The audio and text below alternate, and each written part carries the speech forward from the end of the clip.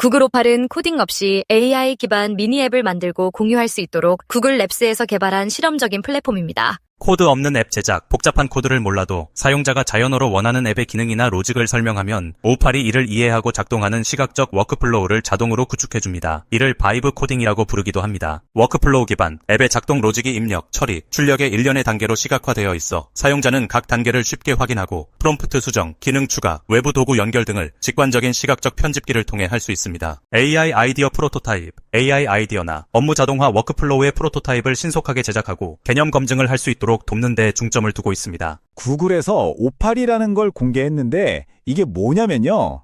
코딩 없이 AI 앱을 만드는 도구래요. 진짜 구글이 약속한 대로 누구나 개발자가 될 수 있는 걸까요? 아니면 그냥 재미있는 장난감 정도일까요? 오늘 저희가 한번 제대로 파헤쳐 보겠습니다. 바로 이겁니다. 이게 구글이 내건 아주 대담한 약속이죠. 코딩 한 줄도 필요 없다는 거예요.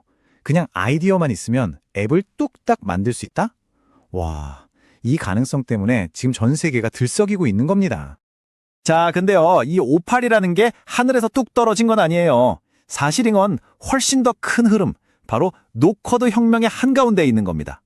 이게 얼마나 거대한 흐름인지 먼저 그것부터 좀 짚고 넘어가야겠죠. 70%. 이 숫자가 뭘 의미할까요? 가트너가 예측한 건데 정말 충격적이에요. 불과 몇 년 안에 우리가 쓰는 새로운 앱의 70%가 바로 이런 노코드 기술로 만들어질 거라는 겁니다. 어마어마하죠? 그러니까 오팔은 바로 이 거대한 미래 시장에 구글이 던진 아주 야심찬 승부신 셈입니다. 그래서 나온 개념이 바로 바이브 코딩이라는 건데요. 되게 재밌는 말이죠? 말 그대로 분위기나 느낌으로 코딩한다는 거예요. 그러니까 개발자가 막 복잡한 코드를 짜는 게 아니라 그냥 나는 이런 느낌의 앱을 원해 라고 자연어로 쓱 설명하면 AI가 그걸 알아서 진짜 작동하는 앱으로 만들어준다는 거죠. 생각만 해도 정말 멋지지 않나요? 근데 여기서 질문이 생기죠. 과연 이 추상적인 바이브라는 게 정말 제대로 된 앱으로 번역이 될 수 있을까요? 그래서 저희가 직접 한번 파봤습니다. 실제로 오팔을 써본 사람들은 뭐라고 할까?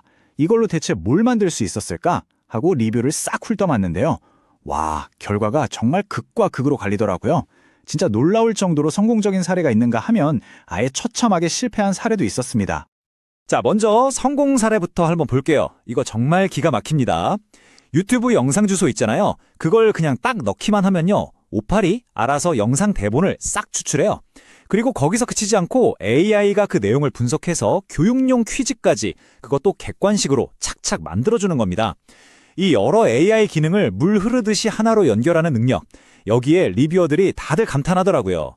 특히 교육 콘텐츠 만들 때 이거 완전 대박이다 이런 반응이었죠. 자, 그런데 실패 사례는 정말 정반대입니다. 아주 극명해요. 한 사용자가 두 주소 사이의 실시간 교통 정보를 알려주는 앱을 만들어줘 라고 요구를 했어요. 우리가 기대하는 건 당연히 지도 위에 길이 표시되는 거잖아요. 근데 결과물 좀 보세요. 지도 대신에 무슨 AI가 그린 귀기한 경로 이미지가 툭 튀어나온 겁니다. 심지어 구글맵 API를 연결하려고 했더니 보안 때문에 차단됐대요. 이걸 본 리뷰어의 평가는 아주 냉정했습니다. 실망스럽고 궁극적으로 쓸모없다. 아, 이게 바로 그럴싸한 데모와 냉정한 현실의 차이인 거죠. 아니, 왜 이렇게 결과가 다른 걸까요? 왜 어떤 건 되고 어떤 건 이렇게 엉망일까요? 특히 좀 실용적인 걸 만들려고 하면 왜 자꾸 막히는 걸까요? 자, 이제부터 그 숨겨진 제약들, 전문가들이 지적하는 오팔의 치명적인 한계점들을 하나씩 살펴보겠습니다.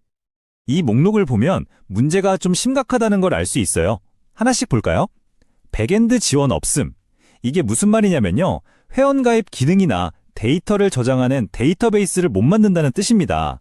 앱의 핵심이 빠진 거죠. 코드 내보내기 불가.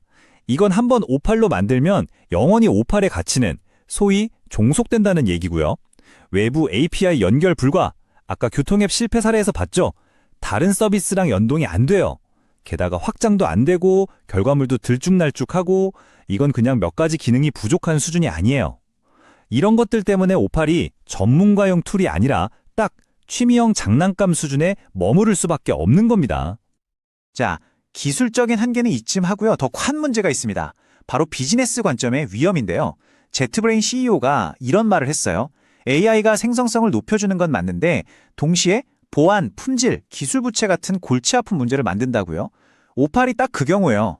이게 너무 쓰기 쉬우니까 직원들이 IT 부서 허락도 안 받고 자기들끼리 막 앱을 만들어서 업무에 쓸 수 있다는 거죠. 이걸 섀도우 IT라고 부르는데 이게 회사 전체로 보면 정말 어마어마한 보안 구멍이 될 수 있습니다. 그리고 또 하나의 불안 요소가 있죠. 바로 구글의 악명 높은 버릇입니다. 뭔가 실험적으로 시작했다가 어느 날 갑자기 서비스를 종료해버리는 거예요. 그래서 구글 공동묘지라는 말까지 있잖아요. 내가 열심히 만들어 놓은 앱이 어느 날 갑자기 사라져버릴 수도 있다는 이 불확실성. 이걸 생각하면 회사에서 정말 중요한 업무를 오팔에 맡길 수는 없겠죠. 그럼 오팔이 안 된다면 진짜 전문가들이 쓸 만한 대안은 뭐가 있을까요? 네, 그래서 오팔 말고 다른 대안들을 좀 찾아봤습니다. 이미 시장에는 훨씬 더 완성도 높은 도구들이 있거든요. 어떤 것들이 있는지 한번 비교해서 살펴보시죠. 자, 표를 한번 보세요. 오팔을 다른 성숙한 플랫폼들과 나란히 놓고 보면 그 차이가 정말 한눈에 들어옵니다. 예를 들어 러버블 같은 툴을 보면 가장 중요한 코드 소유권을 사용자에게 줍니다. 내가 만든 코드니까 내 거라는 거죠. 그리고 당연히 기업용으로 쓸 수 있게 보안이나 확장성도 갖추고 있고요. 그러니까 이런 툴들은 애초에 설계부터 전문가와 실제 비즈니스를 목표로 만들어졌다는 겁니다. 오팔과는 출발점부터가 다른 거죠. 자, 여기까지 오면 이런 생각이 드실 겁니다. 이 모든 상황이 결국 우리에게 하나의 아주 근본적인 질문을 던지고 있거든요. 특히 이 분야에 관심 있는 비즈니스 리더나 개발자, 창작자라면 꼭 한번 고민해봐야 할 질문입니다. 결국 오팔은 창의적인 놀이터일까요? 아니면 기업용 파워툴일까요? 전문가들의 의견은 거의 일치합니다. 현재의 오팔은 정말 환상적인 창의적인 놀이터라는 겁니다. 혹은 아이디어를 위한 샌드박스라고도 하죠. 아이디어를 빠르게 시제품으로 만들어보고 이것저것 실험해보기에는 정말 최고의 공간이에요. 하지만 이걸 가지고 실제 비즈니스 현장에서 쓸 수 있는 강력한 도구라고 보기에는 아직 한참 멀었다는 게 중론입니다. 노코드 AI가 가진 잠재력 자체는 이건 뭐 부정할 수가 없죠. 정말 엄청납니다. 하지만 진짜 질문은 이거예요. 지금 당장 우리 비즈니스는 어디에 베팅을 해야 할까요? 반짝이는 아이디어를 실험해볼 수 있는 재미있는 놀이터에 머물러야 할까요? 아니면 당장 업무에 투입할 수 있는 신뢰도 높은 파워툴을 선택해야 할까요? 앞으로의 미래는 이런 기술을 쓸 거냐 말 거냐의 문제가 아닐 겁니다.